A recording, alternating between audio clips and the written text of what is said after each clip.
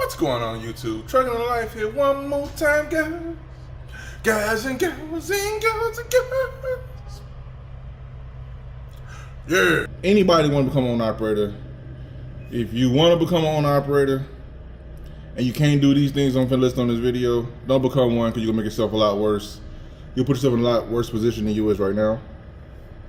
But if you could find yourself able to do some of these things on the video, then you might consider it. Consider the time and consider the market. Like I said, I'm nobody to down nobody on anything. I'm just a guy. I'm just a regular guy moving around the world as a regular guy. I don't know if that makes sense, but anyway, that's how I'm going with it.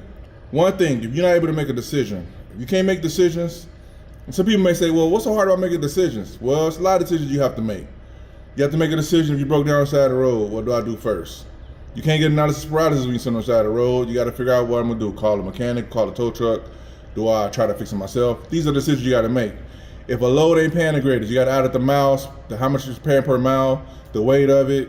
You got to be able to negotiate your load. Sometimes it depends on how your stuff is set up. If you're not able to make decisions on nothing like that, don't become an owner operator because you'll get ran through and you'll get run down and you'll be sitting on the side of the road with analysis paralysis because you're trying to figure out life and you can't figure it out. Deal with finances. If you don't have no financial discipline, do not become an owner operator. If you can't manage $1, you can't manage $100. And what you're gonna do is you're gonna bury yourself more because you can't handle it.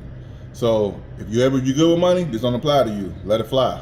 But if it does apply to you, don't become an operator because the more money you make, even though the more money could be questionable, but anyway, nevertheless, more money, the more problems you possibly have if you're not able to like manage it, right? Responsible. Now this right here is kind of one of them things where it's subjective. When I say responsible, I'm talking about as far as like parking your truck, not carelessly just putting it anywhere. Do you pay for a parking spot? Do you have someone secure to park it? When you get a load, do you have someone securely to park it and to put the load so they're secured? Versus just leaving it on the side of the road or leaving it on the parking on the street, getting tickets and boots. Where I live at, right? I'll be saying, on my way home from work, I'll be saying like, when I drop my truck off in my parking spot on my way home, I would see trucks with boots. What they doing with boots on their truck, man? They parking where no truck's supposed to be parked at, and they racking up tickets, and people booting the trucks. At least over here they booting them. I don't know if they doing nowhere else, but over here they booting them. Like I say, if you don't know how to like keep up with taxes, if you don't know how to factor that stuff in, if you figure I pay it when I get to it, I understand that mindset. But if you're not responsible enough, because what may happen is, and I know people personally that dealt with this, they come in the game not owing taxes because you know they either come from a W-2 or a 1099 where they work for somebody else. So they kind of, I would think though, if you was 1099 and you work for somebody else, you gotta know how to play the tax thing with that too, because no taxes get taken out because you're 1099. But anyway, I digress. But anyway, for the video, to keep it simple, W-2 employees they become owner operators, and they don't understand how the taxes go. So they never really owe. They never really have to really deal with that side of the business. But if you're not responsible, man, you come in not owing nothing and leave out owing a whole lot because you let it compile. And how that look briefly in this video would be, let's say this year you run, right? You ain't put nothing up for taxes because you're just trying to hold on to you're holding on for dear life trying to make it, right? End of the year come, tax time come. Okay, you file. They say, well, you owe this. So you decide, well, I may get on a payment plan and just pay it off or whatever, right? So now you running the next year, and that's the next year now. And you still ain't paid that off yet because you're trying to pay it off with the payment plan. So you falling behind, right? So next year come, you're like, you know what? I ain't gonna file this year, man, because last year I filed in the old. I ain't got the money for last year, the year before that. So I know I ain't gonna have money for this year. So you skip a year, right? So you don't file this year. You still working on the year before that to pay that, right? And so now you're running. The next year coming. Now the year's starting to pile up. Now you gotta file eventually because they'll come after you if you don't, right? So then you start filing. You're like, man, you know, this bill ain't finna be nice, man, right? So you file, and of course it ain't nice. You owe more, and then let's just say the business go under, right? Now you were probably a year 4 or 5. You probably a couple years behind. You owe that 1 year, and then the business gone now. You still owe that tax bill. So that's how that would look if you come into the business saying that I didn't owe when I was a W-2, but now I owe when I leave out. You gotta be responsible, man. You gotta keep that in mind. You gotta keep it business when you do that, even though it may seem crazy. Because when you get out as an owner operator, it don't seem like a real business, man. It just seemed like the wild, wild west.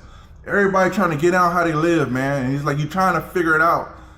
And you like, this is a business, but it just feel crazy. It's a crazy business. So if you're not able to do none of these things, guys, if I was you, I would reconsider becoming an owner operator, because you're gonna make it worse for yourself if you're not careful. If you get into this business and just decide that I'm just gonna be wild with it. Get respect, get like some things in order if you choose to do it. I'm not saying don't do it. I'm not saying do it. I'm just saying these are things I've seen firsthand where people get in it one way and they leave out worse. You know what I'm saying? And let alone you start racking up tickets and stuff like on your license. That's just parking tickets. What about the tickets when you get overweight tickets going down the wrong street? Now imagine when it's a company, yeah, you may have to you may have to fight a fine or something here and there or whatever. But for the most part, the company gonna pay the fine, and then you probably get the points on your license or whatever, and you probably get however that go. But you really ain't footing that whole bill. You ain't footing the whole thing. I've even seen some companies that split the bill with the driver. They pay half and you pay half. They take it out your check. So that means you really ain't come out your pocket with the whole thing up front. But when it's yours, if you leased onto a carrier, they will say, hey man, that's on you. You better figure that out. That's your stuff. Real quick, I know when I had got a ticket, I had got like an $8,000 ticket, because I went down a street, man. The street, a couple years before, it was truck friendly. It was like probably like a quarter-mile street. It's like a bypass, like a frontage road that bypasses the expressway, right? So anyway, I get off because the traffic is crazy. I'm only going to the next exit. I get off on the frontage road, go to the next exit. I ain't got to sit in the traffic, right? And the city was so slick with it, they had a decoy truck and trailer parked over there. So imagine, my mind, I'm thinking a couple years ago, this was a truck route, and they got a truck and trailer parked over there, so I didn't think nothing changed. Well, right in front of that sign was a 5-ton truck limit, and right in front of that 5-ton truck limit sign was a city truck enforcement officer. The city, not the state, not county, the city. And as soon as I drive past the stop sign, go past the truck, guess who come out and pull me over? Them guys, right? So my choice at that moment was, hey, they can impound my truck and fine me, because the weight that I was over gross on a regular day, and I was over tonnage of the street. So I was getting hit with two whammies at once. When you do containers and stuff, you may be overweight sometimes, because no containers is heavy. But I was over gross. I was over 80,000, plus I was over tonnage of the street. Means I had problems, right? So the guy he gave me an I-bond. He ain't impound my truck, but I still had to foot that bill. I had to go to court and fight that case, which I lost. And I had to pay. You know what I'm saying? But the company, I called them up like, hey man, I got this going on, man. You may get some company if you leased on to them. They may. Sometimes they kind of front the bill if they're cool with you. But they got burned so much. A lot of companies, they leave you on your own. You're like, you got to figure that out. That's on you. But anyway, I called them. They told me you got to figure it out. I had to figure it out. So stuff like that, I think people don't understand until they get on that other side of the business. They realize, man, all this is really on me. And if I don't like take this stuff by the kahunas and take it and run with it and do it the right way and be proactive, and it's a word I'm looking for. I can't even find it right now. You want to make sure you know what you're getting yourself into. So if you can't do none of these things, there's plenty more that if you don't do, you gonna have problems, man. So I'm trying to make more videos for people if they do become an owner operator, if you choose to or not. You can't look at my videos and say, hey, I didn't do it. I don't know nothing about it. I'm telling you, I did it for a while. A lot of this stuff I experienced the hard way. The taxes part, no, I never felt behind with that, because I knew what I was getting myself with that. But some of the other stuff, hey man, we all gotta learn one day, right? But that's it for this video, YouTube. So if you want to become an owner operator, man, just understand that you might get these things in order first. You know what I'm saying? Because if you can't do it on a small level, you can't do it on a bigger level. It ain't gonna happen, man. You're just gonna have more problems, man. Anyway, all right, YouTube. Hope this video was helpful. Give you a little understanding of what's going on around you. I'll see you guys in this video. Peace.